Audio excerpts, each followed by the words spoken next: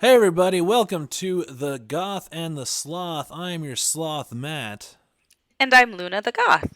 This is the podcast of two friends living a country apart, working through our lives, and we're taking this first part of our podcast and talking about COVID-19 and all the fun things that happen throughout a pandemic. Yes, that. So many fun things. So, how have you been doing? I'm hanging in there. It has been a hell of a week, if I am honest. I feel like it's like there's guilt I have for saying I've had a hell of a week because the world is having a hell of a week. Right? So it's like I am having a hell of a week, but I haven't died, so I guess I'm fine. But yeah, it's just been crazy. What about you? Yeah, about the same. You know, my company's gone through some stuff. I'll talk about that in a bit. But and so yeah, you feel bad that you're like, well, there's definitely people that've gotten it a whole lot worse than I have, but you're also Yeah. like, that was a week. Yes, exactly. Yeah, I think we're in the same boat. It's just like big sigh and hope for a redo. Yeah, exactly.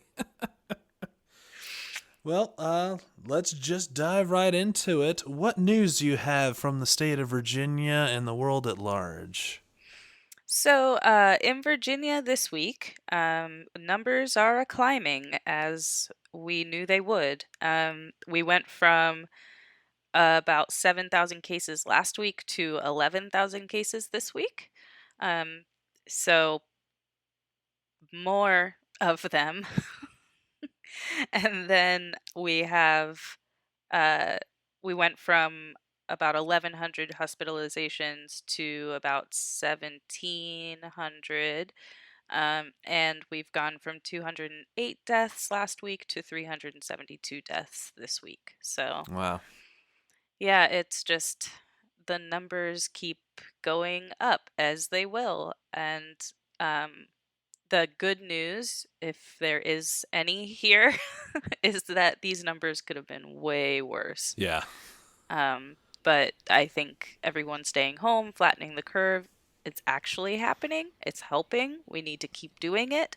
But it's still, there's just so much tragedy out there right now.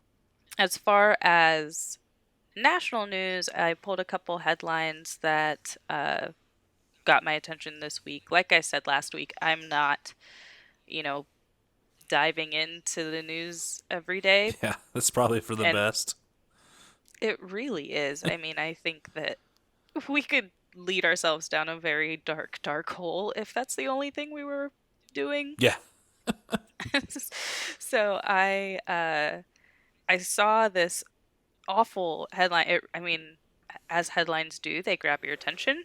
And this was from NPR. They released, I think today, they released that the coronavirus has infected 1/5 of New York City.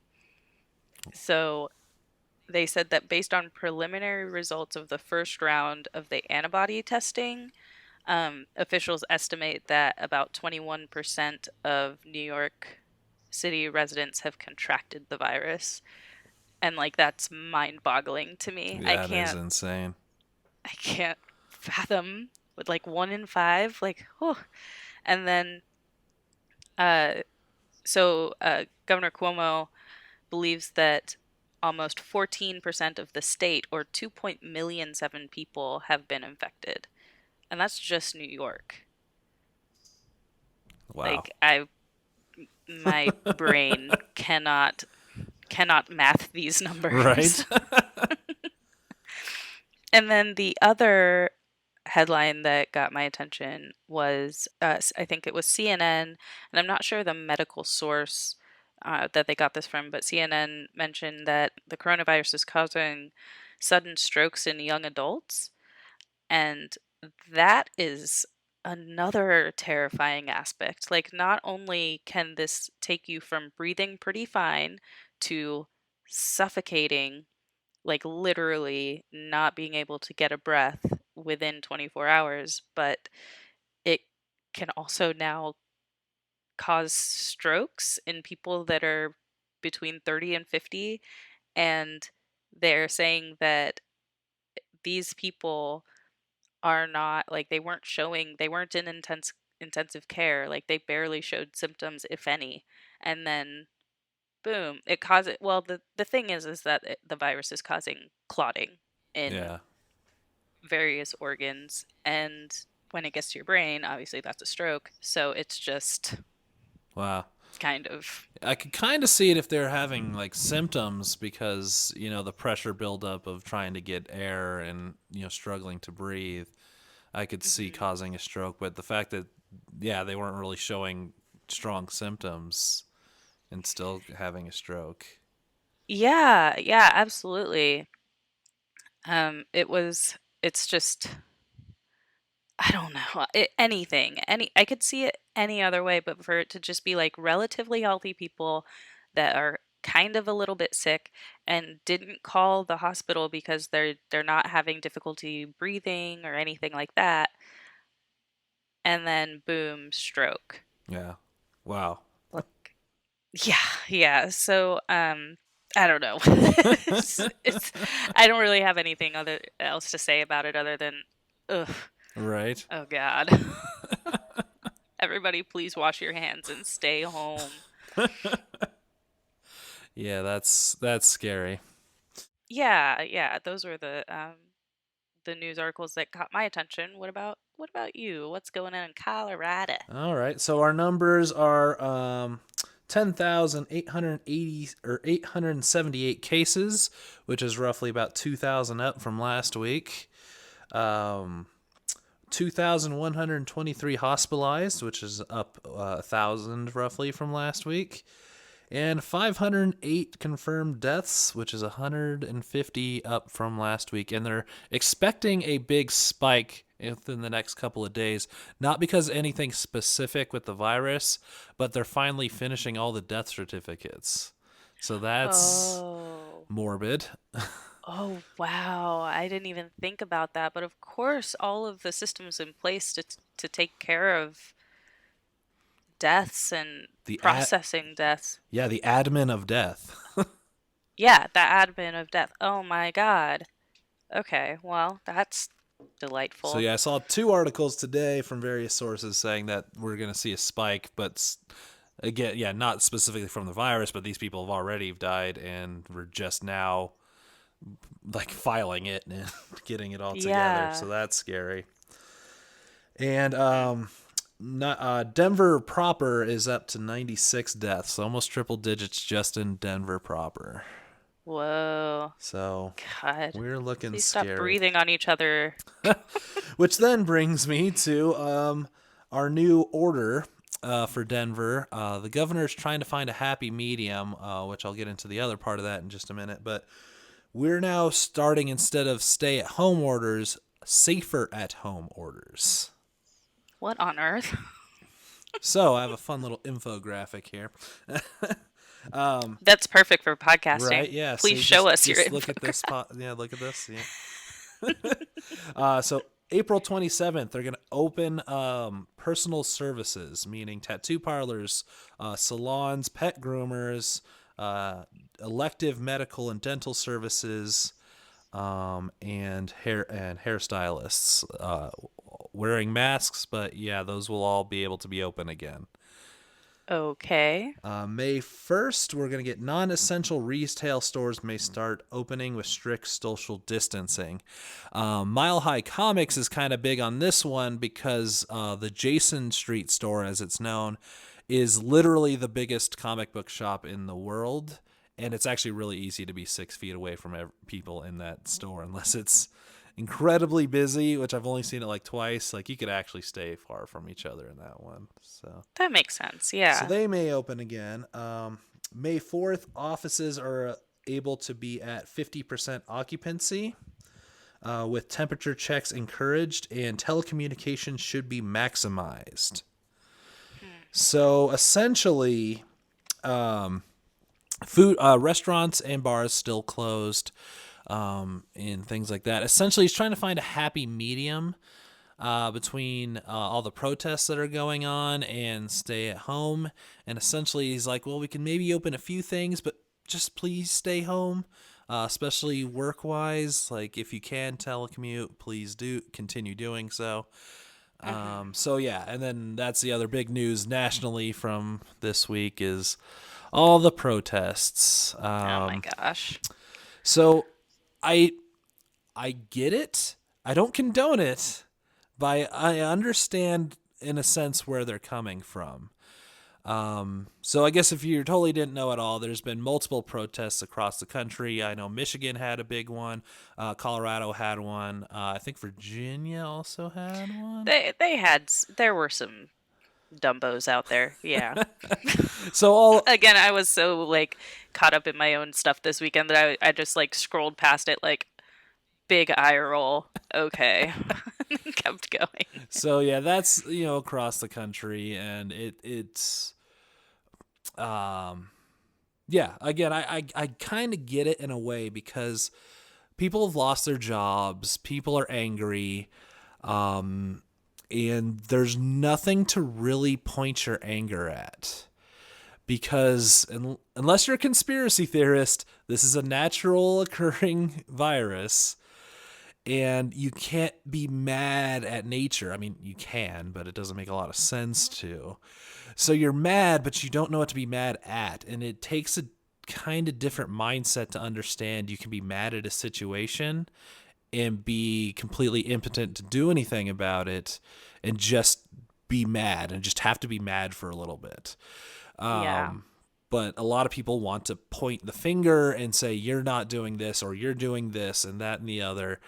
And so I get it. I don't condone it, but I get it. Yeah, I see where you're coming from with that. I mean, I don't I certainly don't agree with them. But what's frustrating to me about this is that these, at least anecdotally, the people that are going out there are the same people that are like, why are the like, why are they doing the women's march? Why are they doing this or that? And it's like, okay, we're protesting, if you went to the women's march, you're protesting like government action. Like, so we're protesting the way that people are treated and things that we can actually change. We're not protesting like a virus. Like, one of my favorite things that I saw online responding to this were all of the like pictures of the protesters, and then on the bottom it was like coronavirus approves this message, and it's like or like little pictures of viruses like charging in and protesting with them. Like, it's like, okay, fine. But there was a really beautiful and powerful picture that I think that will be on in history books probably, that happened in Denver. Are you going to talk about that? I don't know what you're talking about, so I guess you're gonna have to inform me of what happened. Never mind. No, it's the picture of like the protesters in the giant trucks in downtown Denver, or it looks like downtown Denver, and there are nurses in Oh yeah, scrubs. yeah, okay. Now I know what you're talking Yeah, about. and they were waiting at the red stoplights. They would go out into the crosswalk and stand facing the trucks with their masks on and their arms crossed as a way to remind people to please stay at home because they're out there, risking their lives trying to save people. Um, and I thought it was so powerful, and everyone's talking about it. And of course, it's Colorado, and that makes me proud. But it's also really beautiful. It's a beautiful way to respond to the idiots out there. Absolutely, yeah. It's non-violent. It's not, because I'm seeing a lot of people, and I disagree with that, where they're like, "Well, I hope everyone that's in these protests get the virus and die," and I'm like, "Let's not do that." No, yeah, I can't. I've never been that person that wishes like other people to be actually harmed or anything like that. So even people that are like, well, I hope that their wife gets it, or I hope that, like all of that same sentiment that you're mentioning, Yeah. it actually bothers me at a very deep level when I hear people talk about like that. Yeah, Um, I rarely say anything, but now I there you am. go. Welcome to podcasting. But yeah, no, don't. Yeah, I mean, they are. There's a lot that are misinformed in there. From the interviews I've seen with people at the protests, I mean, they range anywhere from people that don't believe it even exists and it's a government scapegoat, to people thinking that it was invented by either the government or the Chinese government, to people just want to getting back to work. And so Yeah. there's a gambit of people, and some are very misinformed, and in a lot of ways we're reaping what we sow from the way news media has been polarized and really politicized, and Yeah. both sides are yelling to see who can yell the loudest and come up with the most catchiest lines and things. And Yeah, it's really disheartening when I see how many people are being misinformed, or even if they're just misunderstanding the information that's being presented to them. What I cannot stand seeing is the well, and this was my fault. I looked at the comment section, uh-oh. but I saw someone that was like, I just want everything to be open again and whatever. And someone had responded with, well, how many lives is your haircut cost? And then people were responding. They were like, oh, about eight lives. Oh, about 5 lives. About, oh, your life. Like, I was like, oh, God, I hate Yeah. everything. Yeah, it's really trivializing, yeah, people's Yeah. lives and people that are, can be affected. And absolutely. And the most tragic part, I think, of all of this is that the push from our president to reopen specifically blue states. If you didn't notice his tweets, he tweeted, "Liberate Virginia, liberate Michigan." There was another one. I can't Yeah, remember there's a what it is. third. Yep.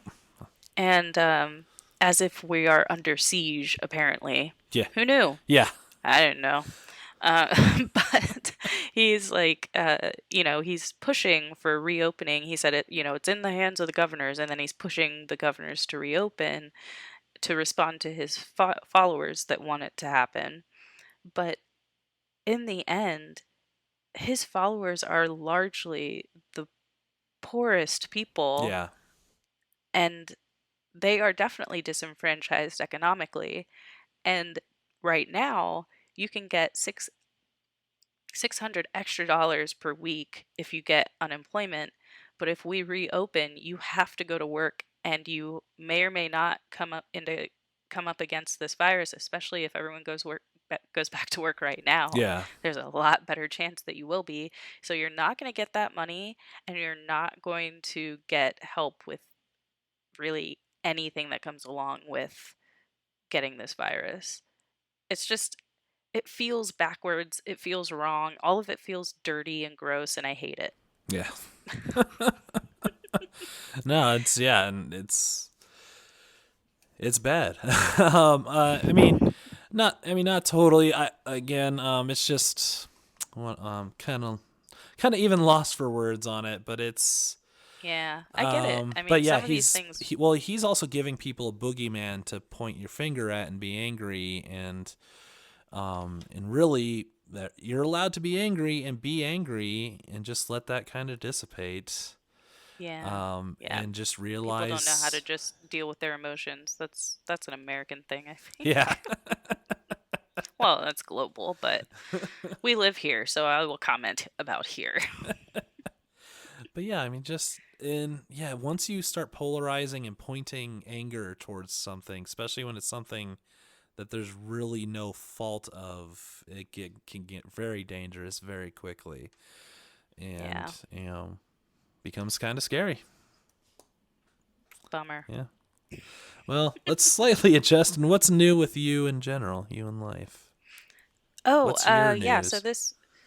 this my personal news this week is that well the fantastic, amazing, wonderful news is that I have a new niece. Yay! Her name is Maya. She is adorable, and I love her very much. And I haven't seen her yet, but I want to. like in person. But it was wild because my sister, who was giving birth in this crazy time, and our family couldn't be there. The father isn't in the picture, so it was like her ex-husband's ex-wife was the one that was there with her rather than any of her family members because we couldn't fly in to see her. Wow. Um, and it was so that alone was stressful. And then there was a complication with the birth, and she ended up being in the maternity intensive care. And so all of us were in kind of, not kind of, we were in panic mode. We Oh were in yeah, I full bet. blown panic because we were like, what do we do? If we go, we're going to endanger her and the baby. But if we don't go and she ends up not recovering from this, then she could be dying alone. Like, what do we do? It was extremely stressful and tragic and terrifying all at the same time. And then she recovered. And now she's better and she's being released and she has the baby and the baby is healthy and we are just very thankful for technology, thankful for amazing doctors and staff that helped communicate with us what was going on. It was there was a lot of positive from this week, but there was like a big fat black Oh part yeah, that's absolutely scary. And yeah, you can't. in the middle. And yeah, that's nuts. You have to almost completely by yourself having to do that. That's crazy. Well, what about you? What's going on with you? You mentioned work life. Yeah, so my work took a kind of big hit. So I mentioned before I work for a law firm. I won't say which one, but I always had the assumption because they're big in corporate law, and so you would think that's pretty recession proof because um, corporations are going to find as much as they can screw their employees until they're liable, and they need a lawyer to tell them until they're liable. Terrible way to think Yeah, you're about it, not but it's wrong. true. Yeah. Um, but we ended up taking a bit of a hit across the entire firm, and I have to take a 5% pay cut. We ended up Mm. laying off, furloughing, laying off, and also early retirement up to 60 people. Whoa, really? Those are pretty So, drastic measures. I mean, you could just furlough and get through it. Like, goddamn. yeah, I don't. I know the biggest ones laid off was our hospitality staff because we have a whole staff that comes in and makes sure all the conference rooms are set up and looking nice and they're Mm, stocked because we keep ours stocked with snacks and sodas, and if okay. they have lunches brought in, they set up the lunches to look nice and they do the whole thing. Hmm. Don't really need them at the moment, and Well, I guess they could furlough yeah. them too. Yeah, and since I'm in IT, guess who got to process all of these? No, And that's hard. yeah, the day of was really bad because we didn't get told until the end of the day, which somewhat the best, but our firm goes across the country, so it was end of the day for East Coast, which meant I still had like 4 hours left of my day. And they Oh, pointed people towards us about what they're going to do with their personal data that they have on their laptops and what they're doing with their phones that have email and talking to people that are crying. And yeah, it was really God, that's rough. awful. I'm so sorry you had to deal with that. That Yeah. is a huge emotional burden to deal with all. Ugh, God, I'm Yeah, sorry. no, That it was sucks. really rough, and that's one of those though where I'm just mad at the situation though too. I don't think they could have handled it any better. Um, Hmm. I won't go into full details, but everyone across the board is getting pay cuts. It's not just the peons on the bottom. Hmm. Everyone's getting cut, so they're trying to do it as fair as possible, but it's still just. And yeah, they're everyone that got furloughed and laid off got a severance package, and so they're trying to take care of them best they can. But yeah, they're in a hard spot, especially because we just did a refurbishment on almost every single office, which means we re-signed Oh leases with every no. single place, and so now we're paying for like in Denver, we're in the newest building ever built in Denver. We have 3 floors that are completely empty right now, and we're still paying Oh, monthly for yep. 3 completely empty floors in a high rise. Oh No. and we're just kind of stuck because I'm sure there's no way out of that. I don't know the ins and outs of leasing office space, but I'm guaranteed that we'll probably have to be there for X amount before we can. Oh my God. That, yeah. It's everybody. Everyone is paying some sort of price with all of this. But the key is not to turn on each other. Like, we're all going through it together. There's no reason to try to throw someone else under the bus faster than you, because then the bus is just going to come for you. Like, it's, ugh. Anyway. But the good news is I still have a job. All my friends at my job have a job, and my team is completely intact. Yay, that's good. So that's always a upside to look at. So Absolutely. That's great. and that's pretty much it for my personal stuff, I believe. So let's dive into the meat of our podcast here. We want to talk about some extroverts. Yeah, so essentially we've all seen the articles, we've probably seen even more listicles than we've seen of articles like you're an introvert if, or Yeah. your 10 best foods for extroverts, or some weird thing that doesn't make any sense. Thanks, BuzzFeed. But we do recognize, at least, that very few of us fall on the extremes of being a full-fledged introvert or a full-fledged extrovert.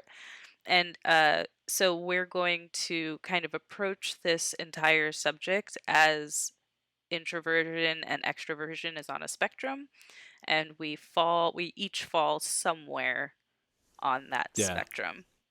So please don't come at us on the internet, on the interwebs, saying things like, "Yeah, but maybe extroverts can want alone time too." Yeah, we know. It's just Yeah, it's not a binary, it's a it's a spectrum. spectrum.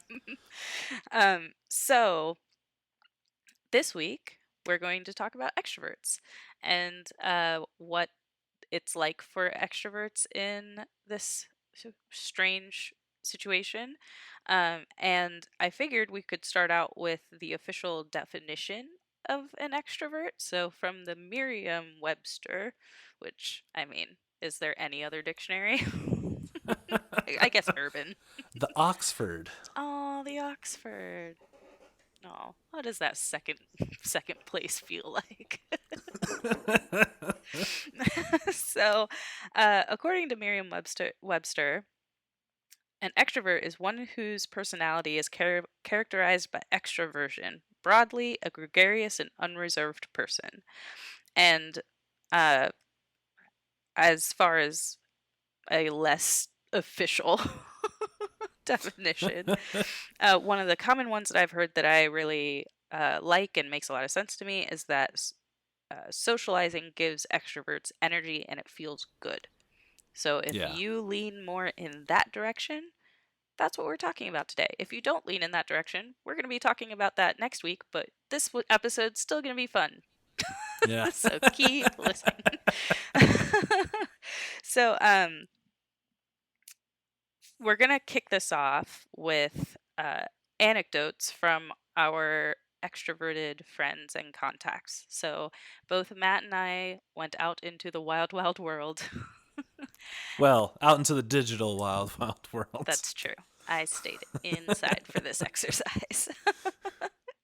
um, and we got a little bit of feedback about what their experiences are like. So I will begin with my little report of sharing. I feel like a little second grade.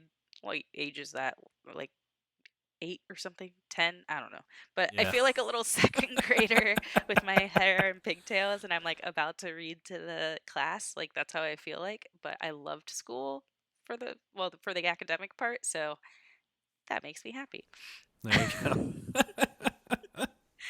Okay, so the first one is from a very good friend of mine. I promised them that they would be anonymous, so I will not be naming names, but I am going to read you a little bit of what they said. So the first one, it says, one of the biggest challenges for me is that I'm still working. And while I'm very grateful to have a job, I don't get to see the people in person. And I'm finding that Zoom meetings are actually very draining for me. As an extroverted empath. I'm used to being able to feel people's energy, and that's really tough to pay attention to in a meeting with five or more people on Zoom, which also means that when I want to connect with friends or family and can only do so via Zoom, I'm already pretty drained and uh and I'm not getting my energy replenished from people being around me. And as a polyamorous person, I miss uh connecting with my partners in physical touch. So to counter all of that, I'm spending a lot of quality time with my housemate, cooking more, and doing little bits of exercise to take care of my body. Plus, uh, sorry, I forgot how to read in the middle of that sentence. Sound it out. Fine. so, but plus creative outlets like making and editing videos for collaborative projects and learning how to use iMovie. So that was one person's anecdote, and that sounds pretty like familiar. you know, Yeah. um, Not necessarily that I can relate to this situation, but I feel like maybe a lot of people can to some parts of this. Specifically, I thought it was interesting that Zoom was draining for this person. Yeah. Um, that's really, I feel so bad. I just want to give them a hug. I guess send a digital one because that's all we can do at the moment. Air hug. But yeah, I thought that was really interesting insight that I hadn't thought of before. Yeah, I can kind of see that, especially with the Zoom thing, because it's you can't really you can't really take control of the room like a lot of introverts would. On top Introverts? of you're not getting that feeling. Like Hmm. if you say something like maybe that you could feel maybe is either upsetting or maybe something that makes people happy, but all you see is just people at their desk, like just kind of webcamming as we all do. We're just sort of kind of looking. Hmm. Um, you don't get that feedback and you don't get that energy bounced off of them. So I could see it's giving a lot of energy without receiving a lot. Yeah, I think you're totally right on the it's like an imbalance. Like there's a lot of giving and no intake. Huh, Yeah. interesting. So my second anecdote starts with so I had kind of prompted them by asking three questions that they could kind of choose one to answer or throw it all in a basket. This person is very organized. So they answered each question individually. So that is how I will read them to you. So the answer to what is the biggest challenge that you are facing as an extrovert in this pandemic? The answer is I miss having social interactions with people, carrying on face to face conversations, taking my kids to school, picking them up while waving hello and goodbye to the school staff. I miss going to the gym, walking around the track, and nodding hello to the other people on the track passing by. And I miss going to restaurants and carrying on mini conversations with waiters and waitresses. There's something about making eye contact with others and laughing with others that is meaningful. Seeing other people smile, making other people laugh, and just giving, I think, perhaps living with those around me. Ah. These are all challenges during this crazy time of being under quarantine orders.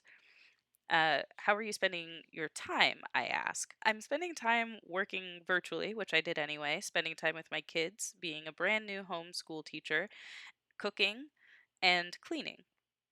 I use the Marco Polo app with my sister at my sister's suggestion to talk with my sisters, which is pretty cool.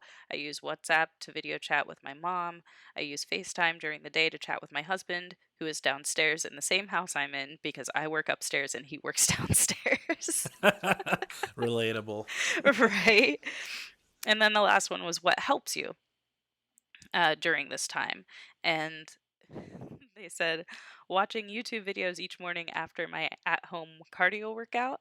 And the videos are about resorts, restaurants, and theme parks in Orlando, Florida, Miami, Florida, New Orleans. And I just pretend that I'm there. So I thought that was really great, like a really creative way to be like, I want to get out of the house. Oh, let's look at this theme park. Oh, they're having so much fun. I'm Yeah. basically there with them. I love that so much. Different personality types because I would be like, oh, I actually want to be there. Now I'm sad because I can't be there. Right. Yeah, it's a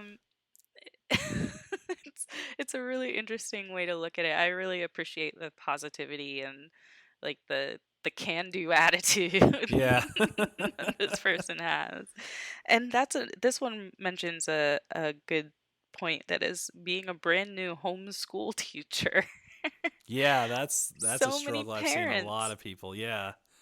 And like a lot still need to work, but also kind of guide their kids. Some still need that in person. Like you need to do this work. Absolutely. I cannot imagine what that's like right now. So, good on you, parents. So, the last anecdote I have is really short. It's from a great friend of mine.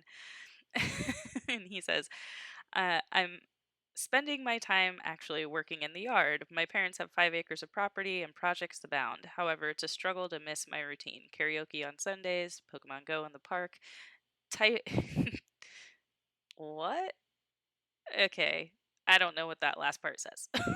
And then, but I keep my groups small. I read books, cook for the family. I binge a lot of D&D podcasts and make theoretical characters. And now we're trapped in an RV and the world is ending, so I just have more sex. Not relatable.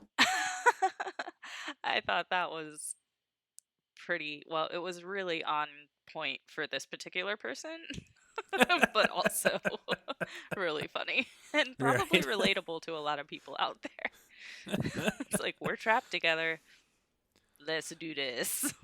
Yeah, what are they gonna call all the babies in 9 months? I heard like a funny name for Oh, it. I It's did like too, but I can't remember what it is. If you remember I what it don't know. is, find us on Twitter and Instagram and tell us what it is. So what about you, Matt? What did you find out there in your anecdotal research? Yeah. So I tried to reach out on my Twitter because I don't know a lot of people because I'm an introverted introvert. Even introverts go like, "Hey, you want to say something?" Or Mhm. but one guy I know, and I actually know this guy in person, responded to my Twitter too, and he's very much an outgoing. Like, if you're in the club, he's gonna make sure you're having a good time. He's always talking to everyone. He makes a new friend everywhere he goes. So I asked him what's the hardest part he's dealing with, and he said, remapping remapping my different connection methods. I'm an in person communicator. I like networking and events and business lunches. Without them, I was cut off from my primary mana source. I've been learning new ways to communicate and connect that I've now forgotten I even know how to do. Yeah. So Which, really yeah, pushing the kind of, boundaries there. yeah. And really, like, it's kind of points to what I've been noticing about like Facebook and things like that is people have been using it what it used to be used for, Hmm.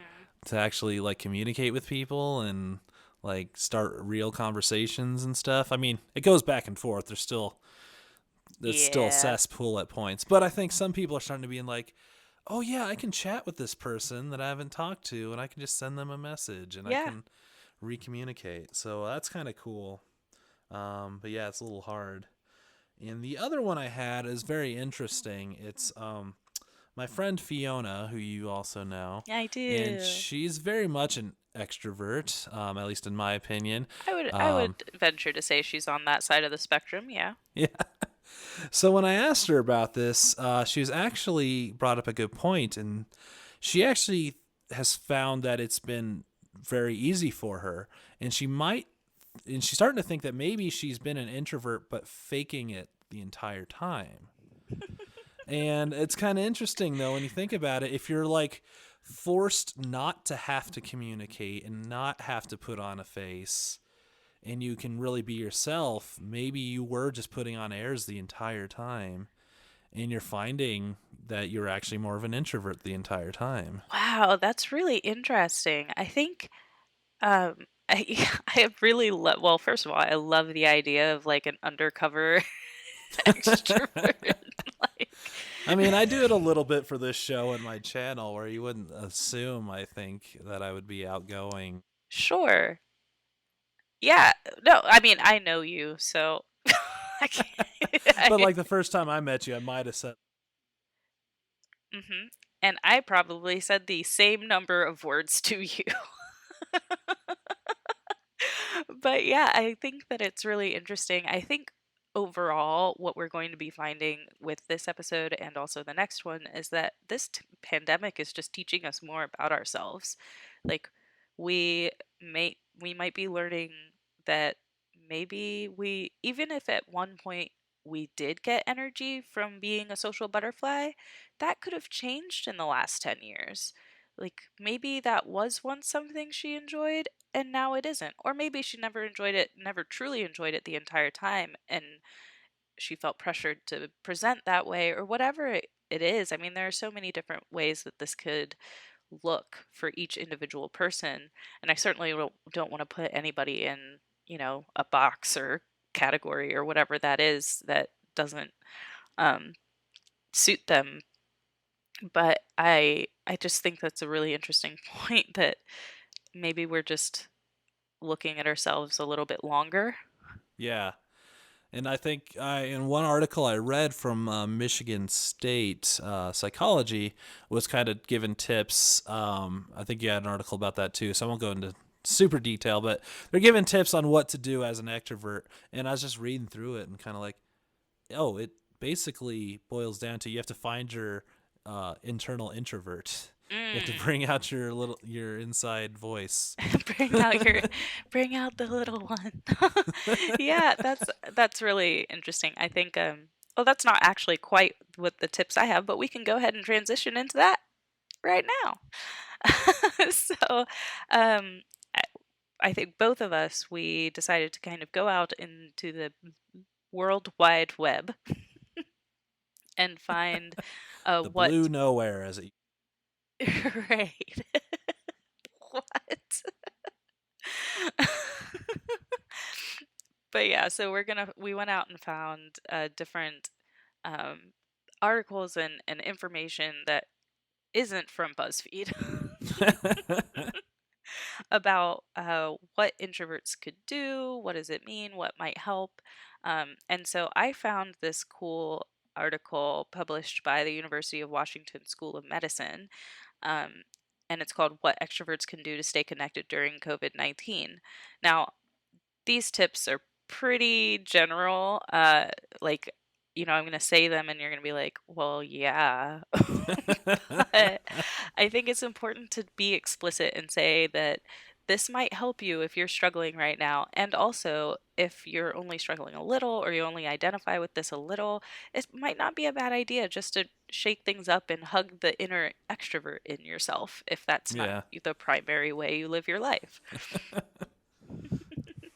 So the tips are only four of them. The first one is look for ways to help in your community, which I think is awesome. I Yeah, think, that's great. yeah, I think that's a beautiful thing you could be doing with your time if you're really struggling with staying indoors and not talking to other people. If you do go out there to help. That seems Yeah. like a great plan. Yeah, there was a group of people in Ireland that during Easter dressed up as Easter bunnies, and since they were in the suit and they're also wearing masks, they went around and put chocolate eggs around everyone's house. Oh my gosh, that's so amazing. Go Ireland, or that group of people in Ireland. I love that. Yeah, anything like that. There's this really great. I mean, there's a huge need right now to help senior citizens with getting groceries, getting things, talking to them. All of their visitors are banned from seeing them, and there is a real concern about them being very lonely, which will just mean that a lot of them will pass away sooner. So if that's something that might interest you, maybe see if there's a nonprofit in your area that's helping with grocery delivery or anything like that. I love that idea, and I think that there's a lot of need out there. So might as well throw your energy into it. Yeah, exactly. The next one is group video chats and phone calls are great. That's another one where it's like, Yep. yeah, we know. But just to reiterate. Exercise and practicing mindfulness, which I think is really good. I think people sometimes neglect their bodies in these situations. I think people neglect their bodies all the time, actually. But now's a great time to find a way to get your heart rate up sometime throughout the day, and it really does help. Um, and then the final one is make the most of the few social interactions you have by being in the moment, which I think is extremely powerful, and we should all be doing this. Yeah. Like I heard that there was a study, and I don't know where it is. So if you do, let me know because I'm genuinely interested in it. Um, where they said that people either were more distracted, were still distracted even if they had their phone out and face down at dinner, that you really need to put your phone out of sight so that you can be more present in the conversation that you're having. I thought that was really interesting. Yeah. But yeah, so that's what I found. What about you? Yeah, it's kind of about the same from the Michigan State one. They also added start a new hobby. Oh yeah. Learn a new skill, learn something else. I mean, yeah, a lot of these is stuff like as an introvert, I kind of already did and knew. Like, find ways to work out at home. Yeah, find a new hobby. I got so many side hustles that I keep Hmm. busy. And that's just what I've developed over the years is like I'm not bored because I got a million things I could be doing at any time. So, Right.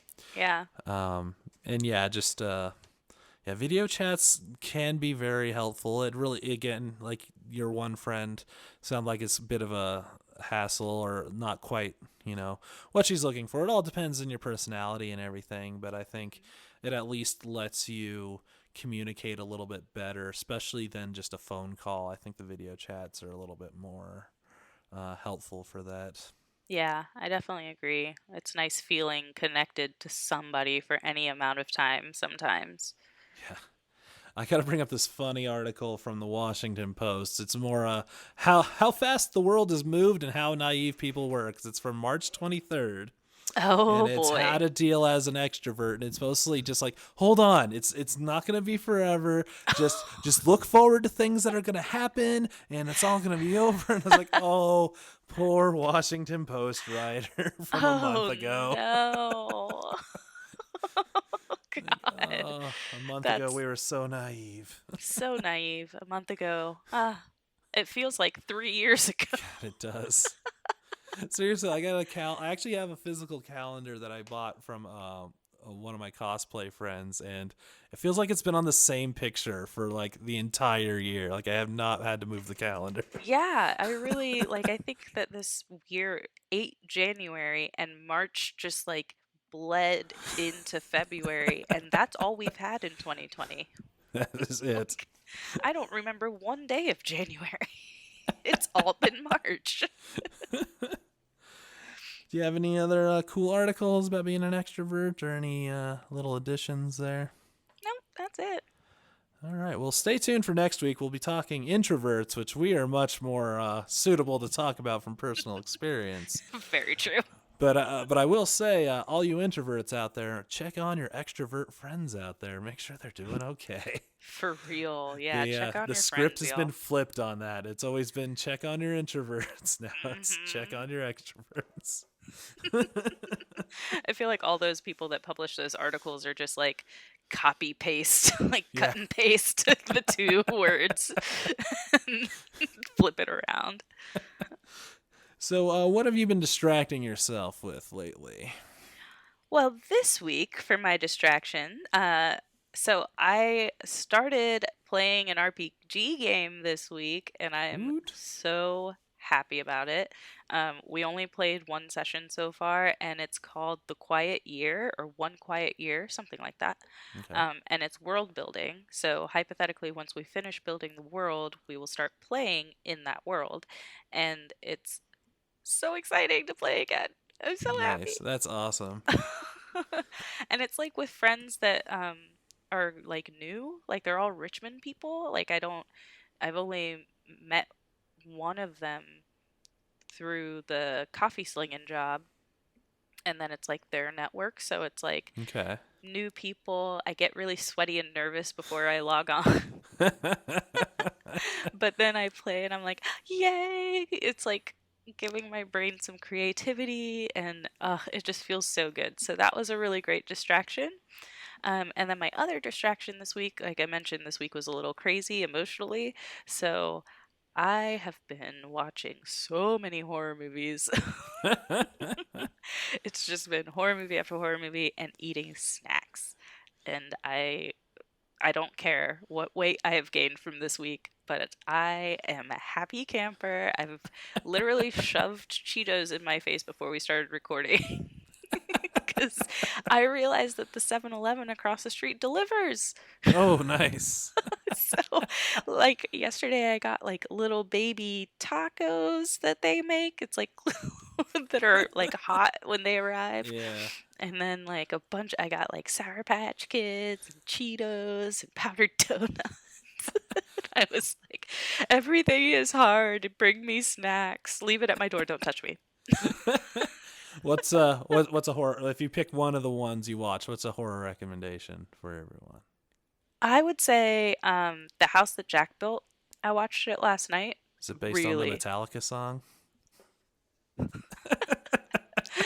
I don't believe the song shows up at any point in the movie, so maybe. I would say of the movies that I watched this week, an old favorite, beautiful, beautiful film. I don't even think it's horror really. It's more of a thriller. Melancholia. I Hmm. love that movie so much. The soundtrack is just ugh. Yes. Anyway, so Melancholia and then The House That Jack Built. Really strange. I didn't know what to expect going into it. A lot of people were like, "It's so controversial." I didn't think it was that controversial personally, but I guess I may not be the best person to judge that. All right. But and it takes a really interesting road there at the end of the movie, but you got to watch it and then message me so that we can talk about it because I yeah, it was an interesting experience. I definitely think it's worth a watch. I will add that to the list. Yay. All right, what about you? What are you distracting yourself with? Well, I had my stream last Friday, Hmm. my acoustic stream that went pretty well. That's Um, right. that was right after a really hard day at work, so it was a good relief to do that. And Oh, good. Yeah, you know, you were like tapping that out whatever drink you'd made. I just assumed that it was vodka it because you're you. it was vodka and 7 Up. Yep, one of my go-tos. But yeah, you were like, and I'm gonna drink this, and then I'm gonna And play a song, and I'm gonna drink some more of this, and then I'm gonna play a song. It was very emo, guys. It's very on brand for Matt. so I did that. I have a day off, actually a 4-day weekend coming up because I decided to just take some time and just Good. use some PTO. Um, so I'm kind of looking forward to what I'm going to even do. I don't even really have a plan, but maybe something will come up. I do have an idea for a music project. I used to challenge myself way back in the day, like 10 years ago, to take one day and only in one day completely write, record, and mix and complete an entire song in one day. It's a fun Whoa, that's challenge to hardcore. try to do. So I Yeah, got like a general idea of a song I might do and see if I can still do that. So cool. that'll be a fun day. Um, anything else really coming up? Not really. I did see a really awesome Russian movie, Soyet 7. That was Oh yeah, after that's I right. got drunk playing guitar. I kept drinking in honor of the Russian cosmonauts, and Y'all, Matt is a giant nerd. If you did not know that, but he's especially a nerd for space stuff. absolutely. I was looking at getting a Lego set, and I was like, is $500 too much for a Saturn V Lego set? Whoa, whoa, dude. It's like 4,000 pieces or something. Like it's insanity, but it's like 3 feet tall. It's amazing. That sounds amazing. Honestly, that sounds really cool, but It's a lot of good money. God. Yeah, that's generally what I've been distracting myself with lately, and kind of seeing things as they come along. Yeah, legit. Yeah. So now we bring to our newest segment of the show. Only in a pandemic. Dun, dun, dun, dun, dun. Wait, that's something else. So, my only in a pandemic story this week.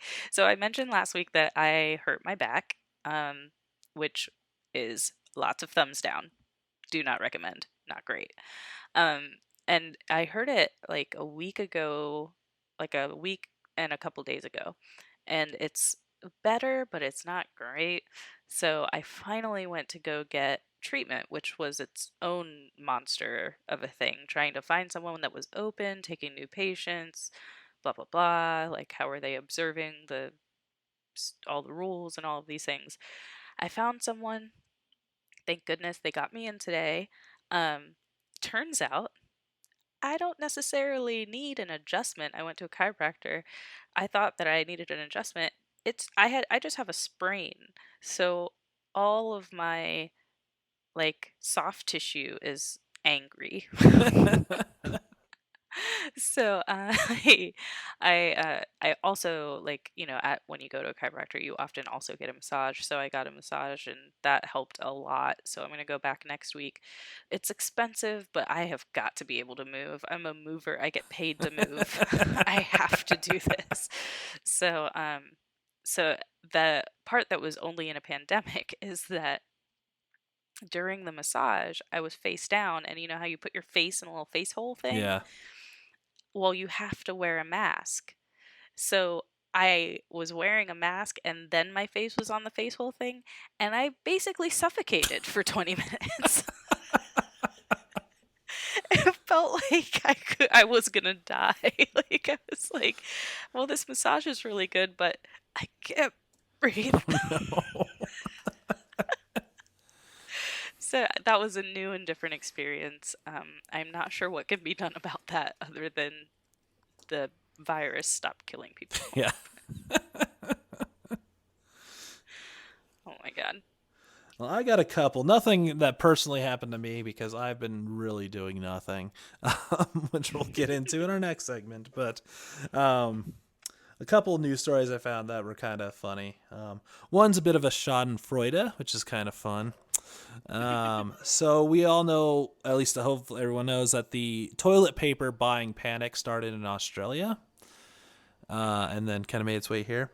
So there was a man who bought $10,000 worth of toilet paper and hand sanitizer, and he tried to return it because he lost his job. And the store Oh, refused to let him return it and said, you made your bed, you have to lie in it." good job, store. I think. I mean, yeah, I mean, I definitely agree with, like, oh, you shouldn't have done it. But then it's like, store, can you get that and then sell it to other people? This is also true. So But it's a yeah, little bit of that's, both, but it's also like good to see someone get their comeuppance for hoarding like that, and like, oh, I guess you yeah. need the money now and not toilet paper. Huh. Right. Yeah. Make an example to all the other weird toilet paper hoarders. It's Oh kind of my like the God. guy who tried to sell it on eBay and they refused to let him do it, and he ended up donating it all eventually and trying to make himself look like the good guy. But yeah, he tried to essentially scalp toilet paper. Oh my God. That Terrible sounds like people. the worst type of toilet paper to buy. It's the last roll that I would buy on the face of the planet. Just makes me think of like in like a New York alley, like a guy in a trench coat, and he opens up like, "Hey, need some toilet paper? Got 2 ply right here." Exactly. Exactly. That's exactly what it feels like. Yeah, like walking up to like the stadium and someone's like, "Hey, you got 2 rolls of toilet paper? You want two You want rolls? 2 rolls? I got I two got two rolls. rolls." Make your butt soft. Come on. Oh no. And my other story is a bit more uplifting and kind of really nice. So in England, a 106-year-old woman contracted the virus and is now been released from the hospital and is symptom free. Yeah. 106 years old. Damn, lady. All right. So that's Connie Titchten, Titchen. I'm gonna go with it's because the word tit is in her last name. I'm still a child, you guys. I don't know if you expected more of me. But yeah, that's one tough lady right there. She lived through 2 world wars, Oh, man. multiple financial crises, especially being in England. Like she's just. I don't think she's able to die. I think she's. What a badass. I Yeah. bet that if you asked her like what her secret to living is like swearing and drinking whiskey every day or Yeah. something like ridiculous that if we did it we'd die in a week. I drink a cup of bacon fat every morning.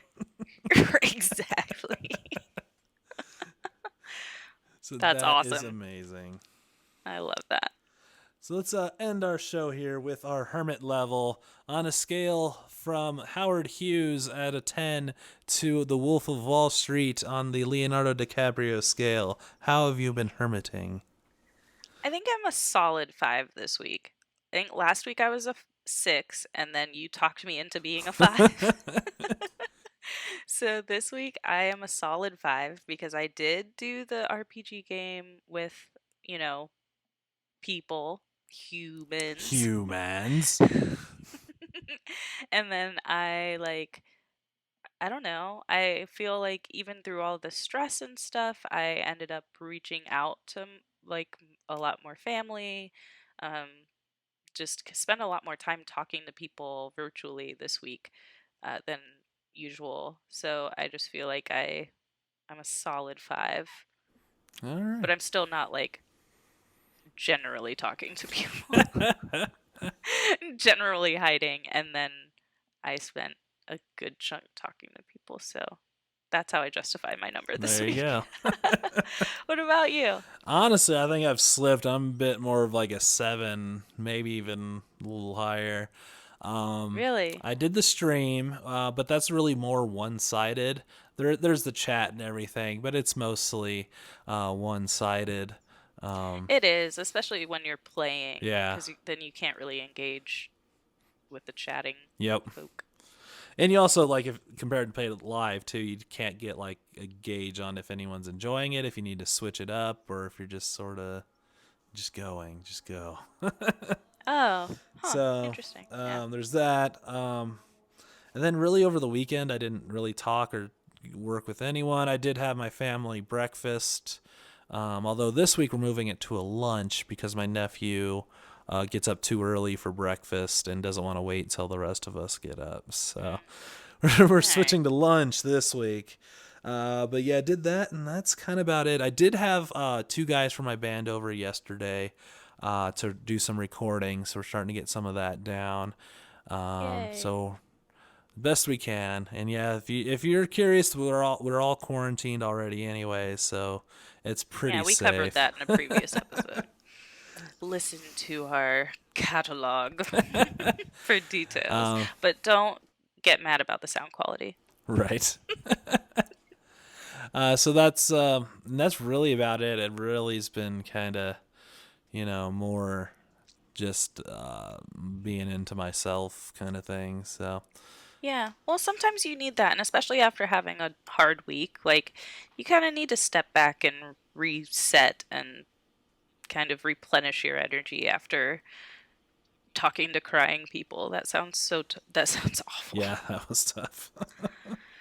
So yeah, I'm glad you were able to kind of take a step back. But you do have that, and you have that 4-day weekend coming up, so that's gonna be good. Yeah. So you have some stuff to look forward to. Oh yeah, So yeah. Not hopefully, terribly worried, but yeah, just yeah. Compared to other weeks, I feel like I've been a little bit more shut in this time. yeah, and to be clear, like there's nothing wrong with having like rating ourselves higher or Yeah. lower. Like it's just an observation. It's practicing mindfulness. Like it's just being mindful of where we've been this week, just so that we can take take log and take notice and move on. Yeah. All right, so I think that will do it for a show. Where can everyone find us on the interwebs? On the interwebs, you can find us at Goth and Sloth on both Twitter and Instagram. Um, I do not know how to Twitter very well, so Matt will handle that.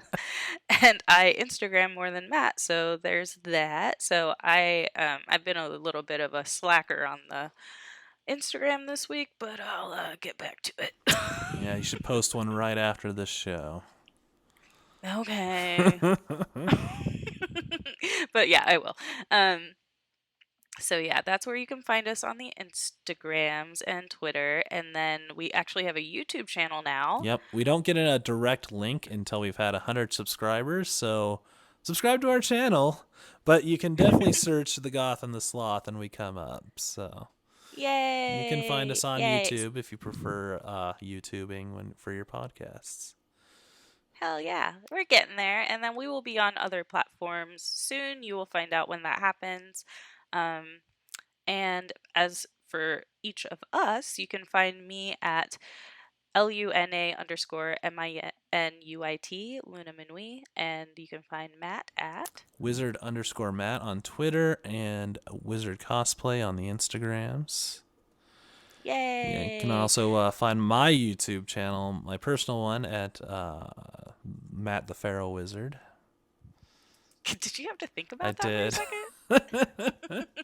Uh-oh, guys. Matt's I'm going losing down. it. So yeah, that's where you can find us online. And what else? Who made our awesome artwork? That's right. Our awesome artwork was made by the wonderful, beautiful, amazing Megan Stern. That's Stern. You can find her at www.meganstern.com. All right, I think that's about it. So thanks again for everyone joining us on the Goth and the Sloth.